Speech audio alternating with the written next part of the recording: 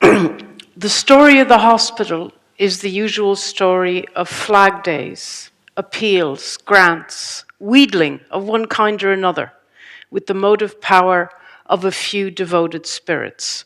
Today, Miss French-Mullen is dead and Dr. Lynn has retired, but the hospital remains as a monument to their courage and tenacity. So this article was prompted by the annual meeting of St. Ultan's, which always happened as close as possible to the end of May. Hilary made the point, referenced Moss founding the Foundling Hospital, which became the Rotunda, and Madeleine French-Mullen always referenced that, so they liked it to coincide with that. Now, evidently in June 1955, Kathleen hadn't retired yet, so an irate letter was written to the Irish Times, but the wording just suited me perfectly. The motive power of a few devoted spirits. And you see one of the advertisements in the newspaper for an early Flag Day and a little baby coming out of a cabbage. We want to live, help us. So there was a lot of humor in that. Does this have an up, down? There you go. Now, here we see the very distinctive handwriting of Madeleine French-Mullen. The first typed letter from Chuck Ultan, May 1919, and much, much later, an image that Harriet has informed me was probably on the walls of the hospital. So someone did some extraordinary work from this portrait. Everything I've done, I need to keep cross-referencing what is in Kathleen Lynn's diary. And there is, I think it's in the 1930s, she mentions going to the photographer in Brown Thomas to get a portrait photo taken. This could possibly be it. So it was immortalized, bursting with beautiful Irish energy after Madeleine passed away. And very interestingly, the text at the bottom in English is on her grave in Glasnevin, and in English, and we will return to that, namely the initials, FCCS, a qualification. So in May 1927, Miss French-Mullen and a friend was invited to a conference at the Royal College of Surgeons. The National Society for the Prevention of Cruelty to Children was hosting it, and the patrons were Her Majesty, the King and Queen of England, and there are lots of initials and OBEs, lots of aristocrats, and I do know she attended.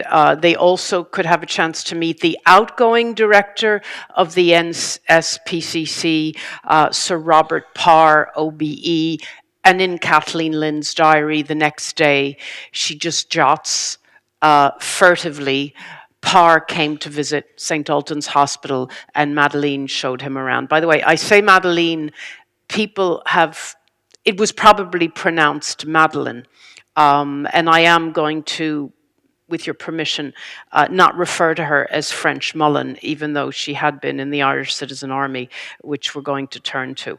So, I think Kathleen kept this out of mischief. Kathleen donated papers to the Brother Allen Archive, which was in the O'Connell Christian Brothers schools on the North Circular Road. And that is where I first saw Kathleen's, Madeleine's 1916 diary. And then that was donated a few years ago to the military archives, and this was in it. So there are many things have disappeared, other things have been kept or survived. So we don't know of the papers that have survived, were they purposely kept, and other more important ones missing. This was in the Royal College of Surgeons, and of course Kathleen had been there with the Irish Citizen Army. Head of first aid. Was she armed? She certainly didn't engage in crossfire, but nonetheless, she had been, assisting those who were later condemned to high treason. So I'm convinced Kathleen kept this out of a bit of mischief. But by 1927, Madeleine had become a respectable citizen.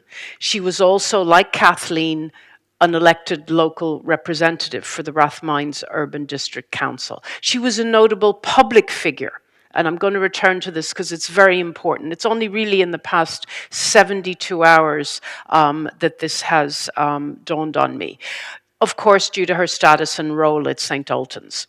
So initially, she was appointed honorary secretary on the board of St. Ultan's, and then much later on, she becomes a paid secretary and a part-time officer in 1927. She was very, very much the public face of St. Ultan's for reasons I'm going to expand on, a sort of PR and head of sort of comms in that period of time. And again, also a local councillor. I discovered Madeleine when I was working for the Dictionary of Irish Biography many years ago, and I'm so delighted that this afternoon Turlock Reardon, whom I worked with, will be speaking. Now, I only did edits on a pre-existing entry for Madeleine ffrench-Mullen, so my name isn't appended to it, but I did have a curse exchange of emails with my very good friend James Quinn, who was then the executive editor. But I did work on her, and I wanted very much to get back to it. So my background would have been in 18th century history. I'm essentially a historian of the United Irishmen, their links with France, Theobald Wolfe-Tone.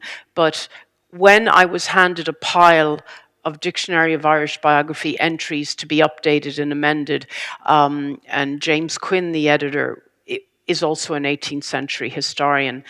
He said, Sylvie, here's some 1916 women. I'm sure you're dying to become more familiar with them. And I haven't looked back since.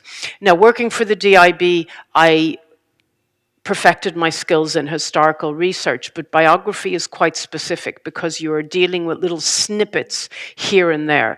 And the task of reconstructing Madeleine's life can only be limited because they're very limited sources.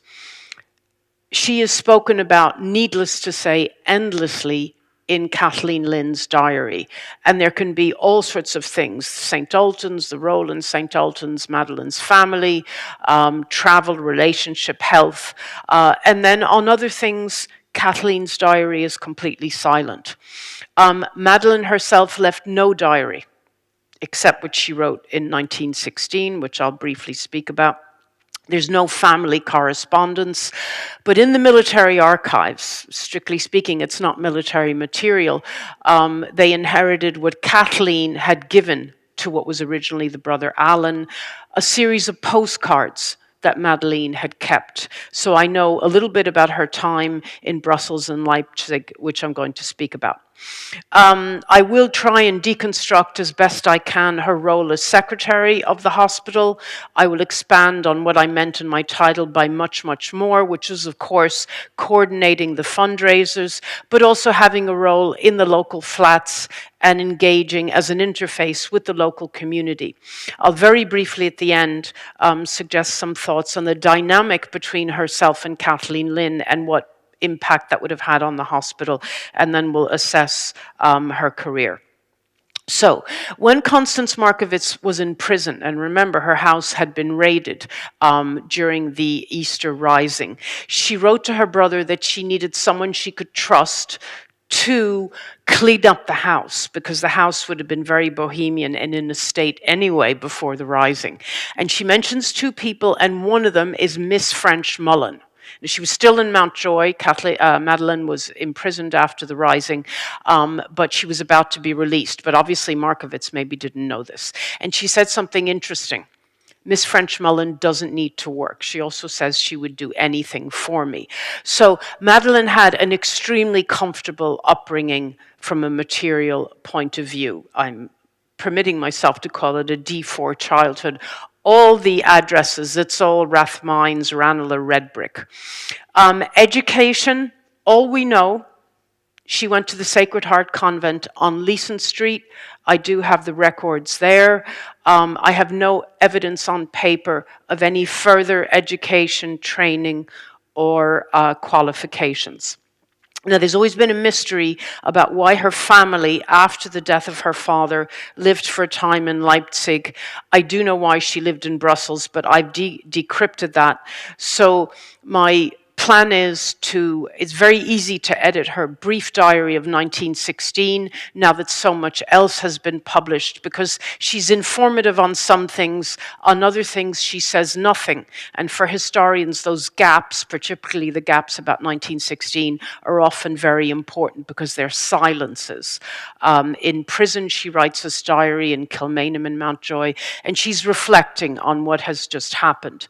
But I need to preface it with an introductory essay about her life. So it's an expanded version of the very short biographical entry in the Dictionary of Irish Biography. And I've been working on it just for over a year, and I've become obsessed with it. But I've dug up loads of stuff, so I'm really pleased. Now, she lived in Leipzig for a time. She learned German. She spoke German. In fact, folks, German was the language that herself and Kathleen used for terms of endearment. And then she lived in Brussels. Now, from the postcard collection, we know that she was running with a cousin, a female Irish cousin, a tea shop in Brussels. And people are asking, we hope it's going well, whatever. But one of the postcards is addressed, and I found it in the Brussels telephone directory and almanac, so I was able to collate the address, the Victoria Institute, for which I have very little information, which seems to have been an institute for training governors, forgive me, that's a typo, governesses and nurses. Now, that's not the kind of institute where you can get your post forwarded to if you're living somewhere else. So I don't know, this is a mystery to me. Later on, she joins the national movement in Union na HÉireann, and she does contribute to Bon na HÉireann, the newspaper. Now, of course, people have looked backwards and added all sorts of layers that are not there in. I found no contemporary references for her to being in the soup kitchens in Liberty Hall, helping with the patriotic lunches and the children's school meals. I have no doubt that she did do some of that, but she spent most of her time in Brussels and Leipzig. You could tell that from the postcards. She's only coming home at Easter. So in 1916, she keeps a very brief diary.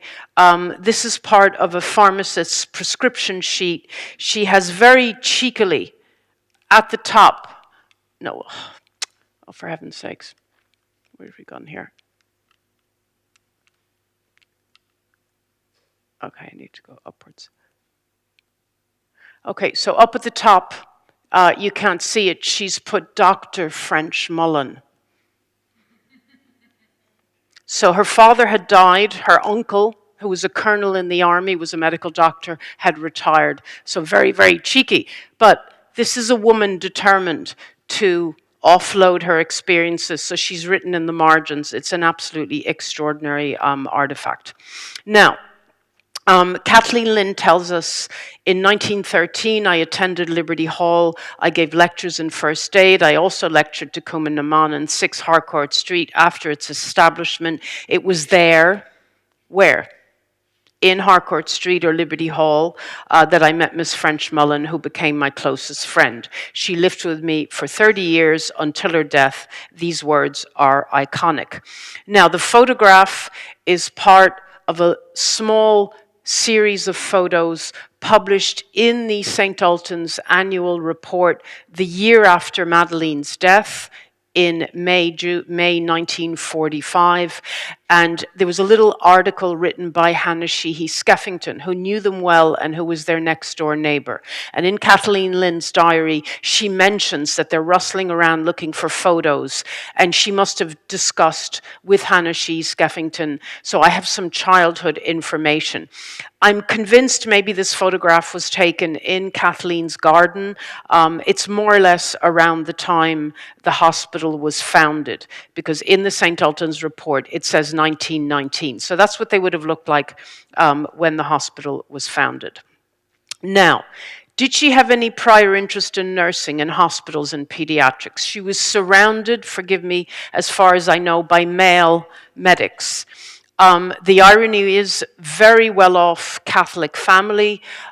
Many of the men, her father and several uncles and nephews and first cousins, whatever, will be medics in the British Army, the Navy. Her father was in the Navy and in the Indian Medical Service.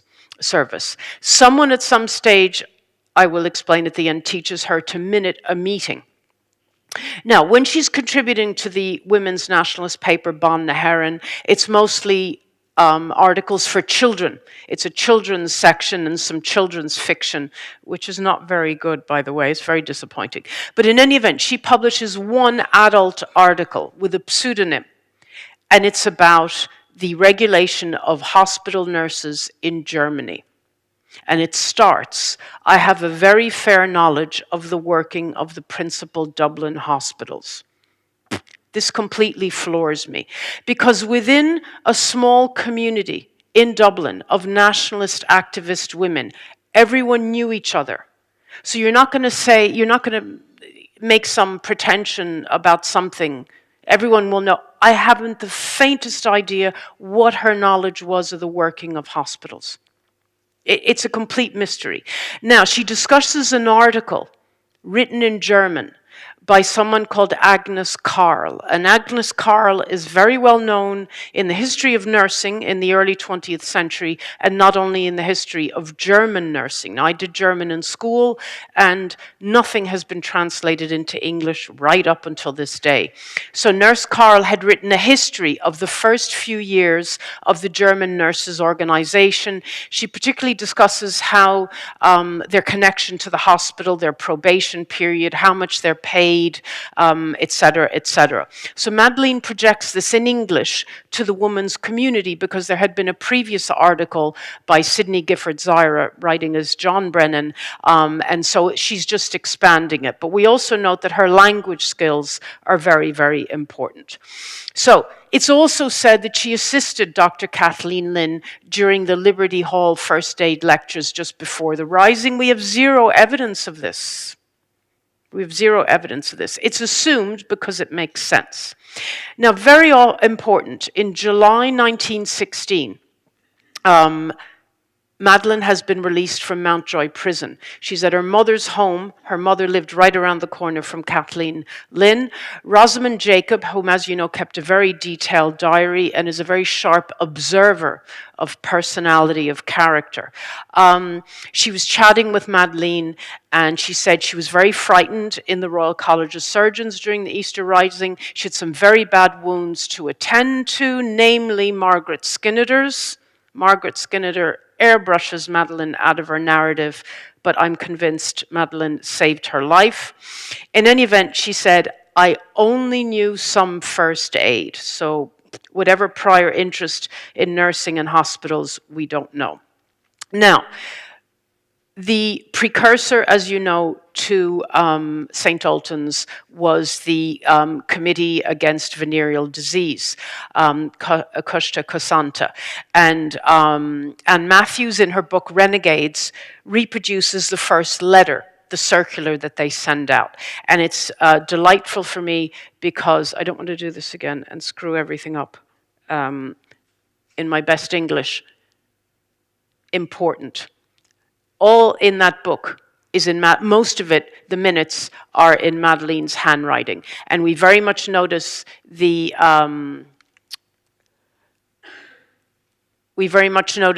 it's an Irish Ireland notebook. You only buy Irish. So it doesn't exactly look like her handwriting, but someone has written important because it's the history.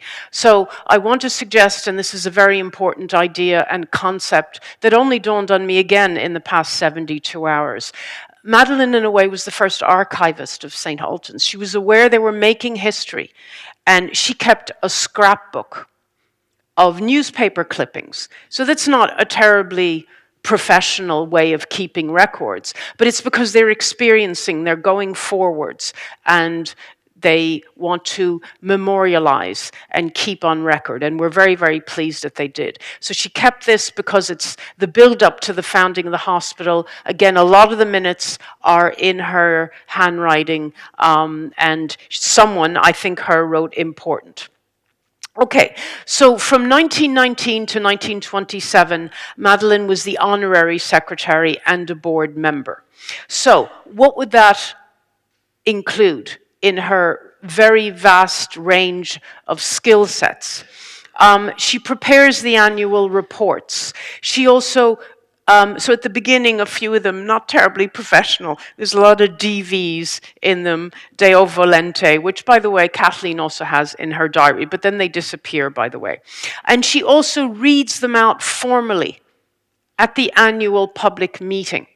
And very often in the press reports of the annual public meeting, always at the beginning of June, they mention Miss French-Mullen, the secretary. So that's why I'm suggesting she was a form of public face by projecting the annual report. And again, what struck me, exactly the way Harriet mentioned, there's a modernism in the design. Maybe every year they say, okay, let's have a new design for the cover of the annual report. And there's energy and dynamism and modernism in them. She then, in March 1927, and for that day, there's a private little wish in Kathleen Lynn's diary. I hope all this is going to happen. Formally, Madeleine resigns as honorary secretary and as board member, and then she's then proposed and unanimously appointed as a paid secretary, part-time officer, initially at 50 per annum, and then that will increase to 150, I can't remember in my notes. I think it might be 1933. Now, the vexed question of her actual qualifications. She was a very intelligent woman. She had a lot of common sense. There's a lot of intelligence and clear thinking, focused thinking that comes out in a lot of what I'm going to call her prose. In 1932, in the annual report on the list of St. Ultan's staff and officers, ACCS appears. In 1934-35, and from that point onwards, FCCS appears. But it's also engraved on her tombstone in Glasnevin. She's buried with her family. I'm not happy that Kathleen is in Dean's Grange and Madeleine's in Glasnevin, but in any event, let us assume that was their wish. So it was something that Madeleine was proud of. Now, I've worked it out. It took me quite some time.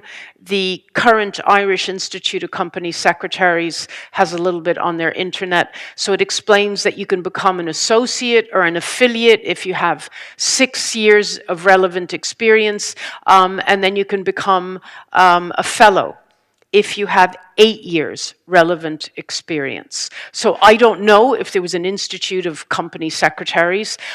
Kathleen Lynn's diary makes no reference to an exam, to an interview, to taking a night course. But in any event, again, this is something that Madeleine is legitimately using because the credibility of St. Ultan's and the people working for St. Ultan's and the people representing St. Ultan's is something that's absolutely paramount.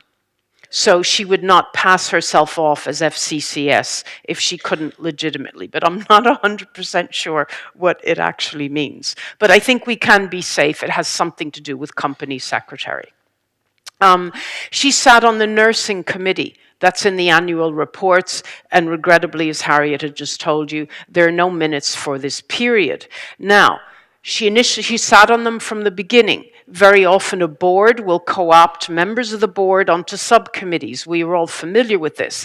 But again, linked back to that 1909 article, I don't know. In the collection of postcards, there is written to a Frau Professor, a female professor of something, not even in Leipzig, but the postcard was never written. Now, I found the woman in a German directory. I know where she lived, but I don't know what she was a Frau Professor of. So, again, I don't know what Madeleine's prior interest might have been.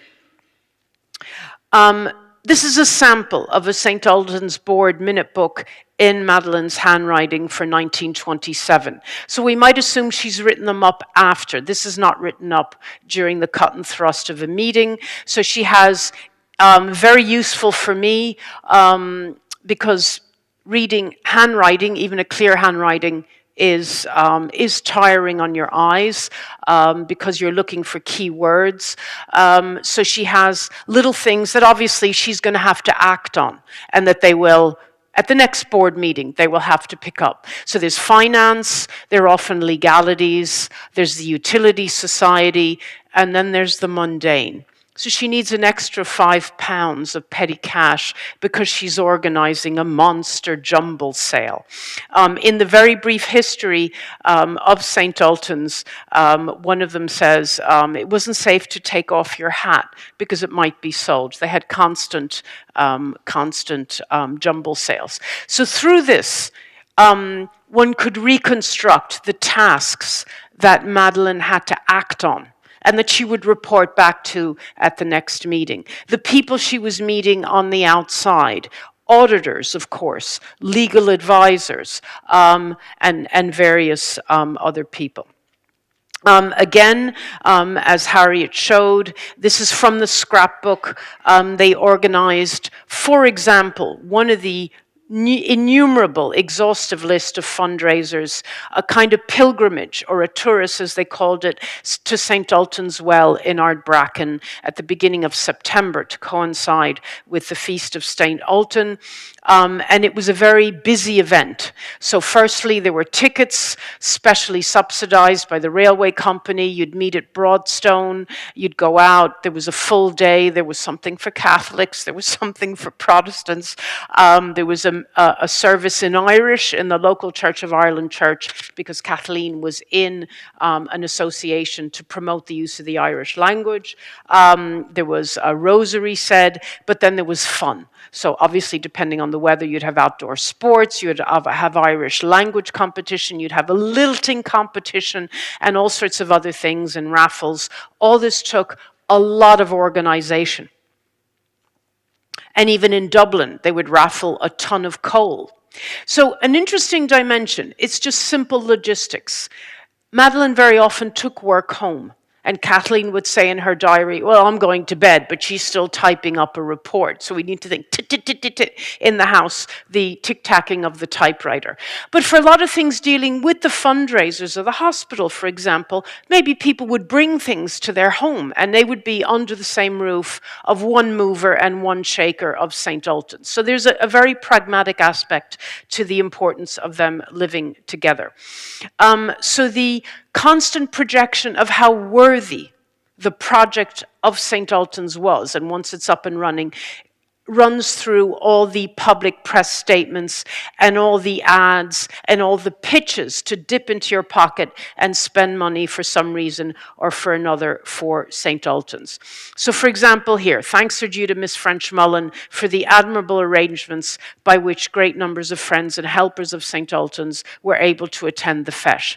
Some liberal gifts were made towards the cost of building and fitting out the new outpatient department, in which over 3,000 patients were treated in the first half of this year. Various examples, again, these are Irish bright young things. 1923, at the end of the Civil War, young people, most probably, but I don't want to make a well-heeled background, a fancy dress ball in the Metropole Hotel, former Metropole Hotel on O'Connell Street. So it's nice to see this picture. And someone got dressed up as a veteran of the Crimean War. I don't know why, it doesn't matter. Raffles for a Kerry Blue. Do you know what a Kerry Blue is? It's a dog, yeah, and it's a Cistercian who wins it, and he writes in, he has a companion. By the way, one of the goats was Protestant, but I think the other one was Catholic. So just to make that a point, of the two donated.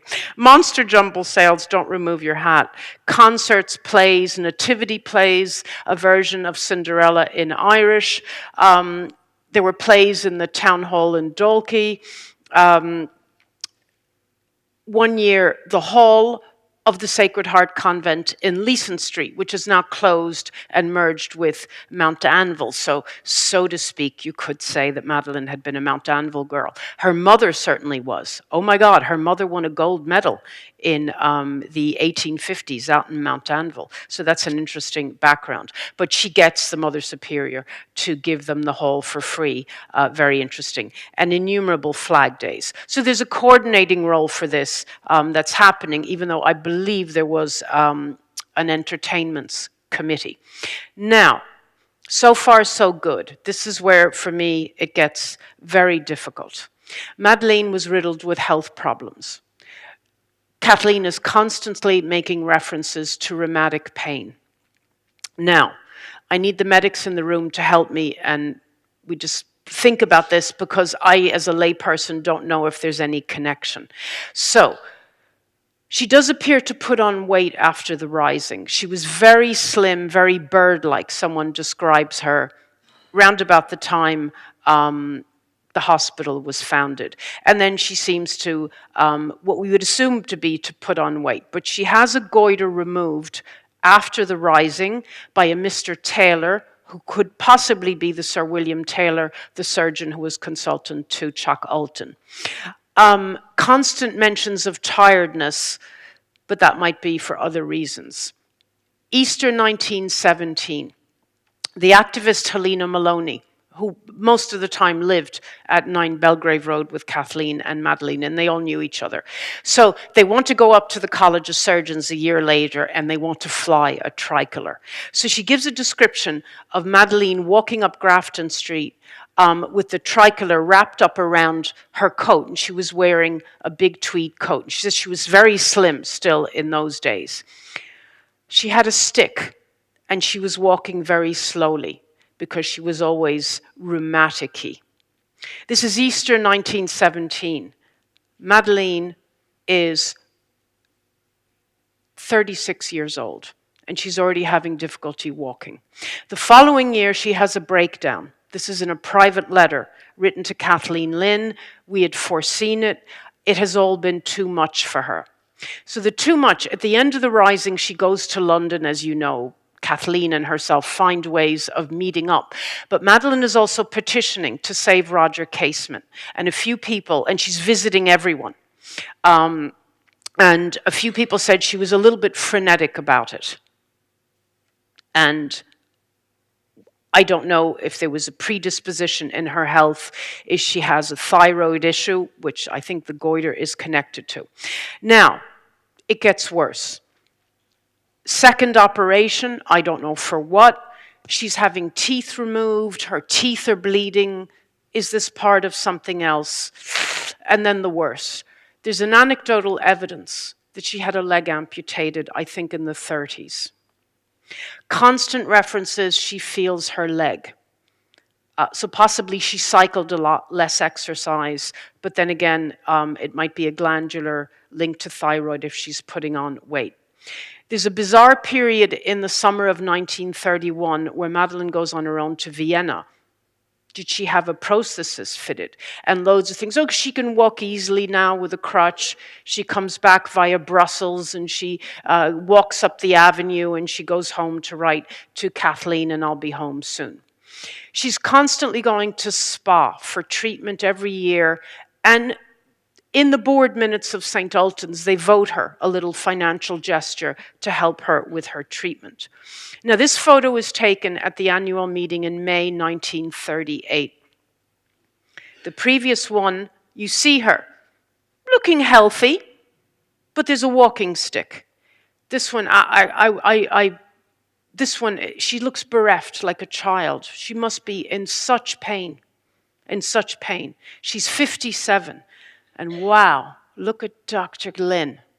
Bit of a babe, actually. So I don't like that graphic book because that's not what Kathleen looked like in 1916. Kathleen's 64, and look at poor Madeleine. She looks like she's struggling to stand. She's got the board papers. There you go. Now, on her death certificate, 1944, hypertension, cerebral embolism, cardiac failure. Her father, by the way, dies. He's not even 55 of cardiac failure. So too does her brother. There you go. Now, As you know, she also was part of the board of the Utility Society, and the Utility Society built flats in the environment of St. Ultan's because they were expanding, but also to improve the living conditions of the working people, if they were lucky to be working in the environment of what were slums. So initially they're referred to as model flats for workers. Michael Scott, as you know, is the architect, and he builds a second chunk in 1941, I think, and they are renamed, I think, French-Mullen flats after her death in 44. Now, she was very friendly with Michael Scott. Thanks to Kathleen Lynn's diary, we know that Madeleine becomes godparent, godmother to one of Michael Scott's sons because she's rooting out to find her little silver christening tankard. Madeleine was hugely involved with the local community, and she was very popular and known, which is why there's been a cyclical pattern of naming flats after French-Mullen in that area. These are the most recent ones. They're not 100% council. I think they're mixed social and public, so there might be people on a low salary working. The nearby Clayton Charlemont, which I encourage you, which has incorporated, and they've done a lovely job, part of the historic little, quaint little building of St. Ultan's. You can do a virtual tour if you go on their website. So I went in, poor Harriet. She knows now historians spend a lot of time with dead people, and they need to talk to people about their research, but I was so excited. You can do a virtual tour of the old building of St. Ultan's, where there are a few bedrooms, but they're meeting rooms. And one of them is named the Lynn Mullen Meeting Room in the Clayton Charlemont. There's a lovely anecdote. They needed a pram shelter, and there was a shop, and they couldn't wait for the person to die out or give up the shop so that they could use that space for the pram shelter, but they couldn't just evict them. So there's an anecdote of Madeleine throwing a St. Benedict's medal over a wall where the shop was, hoping, and eventually the person retires and they get to take over and build the pram shelter. So St. Benedict's Wikipedia is the patron saint of civil engineers, but of I don't know how many things, so I don't know why. Madeleine was a devout Catholic. There you go. Now, there's a speed bump, which I'll deal with extremely briefly. And I think we have nothing but admiration for Kathleen and Madeleine for what they did. During the Civil War, July 1922 and early August, Kathleen goes down to the front in Waterford. Now, I have no doubt she would have treated anyone who needed medical treatment, but she's keeping a diary, and she's more or less stationed with the anti-treaty, with the irregulars, and her diary, the language, is a little bit too triumphalist. Our boys this, our boys that. She comes back up to Dublin, and in December of that year, St. Ultan's is raided, and some documents are seized. Some are given back to St. Ultan's, but the ones that were seized and kept are in the military archives. And in one of them, there's a letter to the brigade medical officer that has been slipped in, arrives in St. Ultan's, and Madeleine's distinct handwriting has said, this was handed to someone in the Mater Hospital and then brought to us. It wasn't undercover. So something is happening. Now, in the following board meeting in January, and I haven't done the full homework, the secretary of St. Ultan's, Madeleine French-Mullen, is on the defensive because there's been a lot of negative reports and rumors circulating about St. Ultan's. I haven't fully investigated this, but it might be linked to the fact that things are happening there. She says, however, 100 years hence, it is hoped Teach Ultan would be a beacon of light to Europe in its own particular sphere of activity. That's a little bit too ambitious. I did my research, folks. I was curious. I am originally half French, and I lived near the Hôpital des Enfants Malades in Paris. And I remember one day as an undergraduate going to college, and the bus was moving very slowly because of traffic, and we were in front of the hospital. tiny white coffin being moved out. You never forget a moment like that.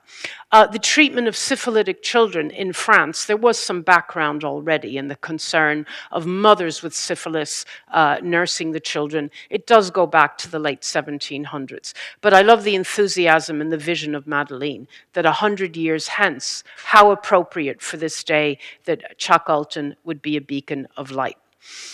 So again, I've suggested, in a way, she's collecting things. She's making sure some things are kept and documented. A sort of archivist and historian, because they are conscious they have done something unusual. Her presence and her agency are possibly more significant in some ways than Kathleen's. Now, Kathleen was surrounded by medics. She was already a qualified medic. Madeleine, it was a little bit pioneering in terms of what we now call hospital administration. Now, I have no doubt if there was a problem, they would have advice from some of the people on the board and all their well-wishers.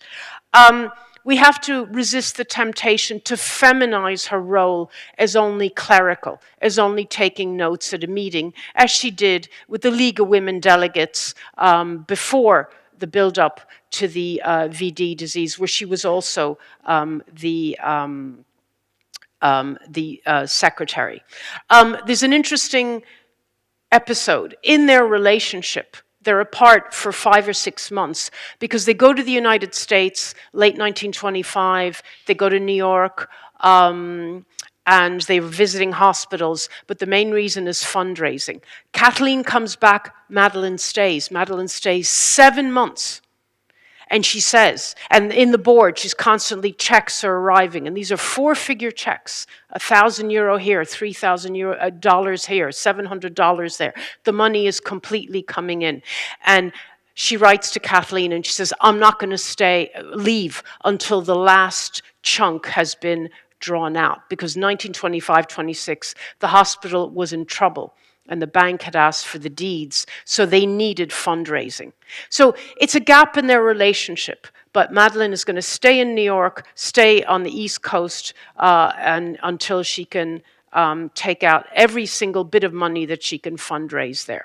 So at the beginning, there might have been some instinctive way of approaching, good sense, maybe improvisation, but they're increasingly professionalizing as the hospital is growing and as there's more and more accountability, as they're interfacing with the public bodies. She was a local counselor. I haven't done that homework yet. I know she was on a school's attendance committee, but she was in Rathmines Urban District Council during the 1920s.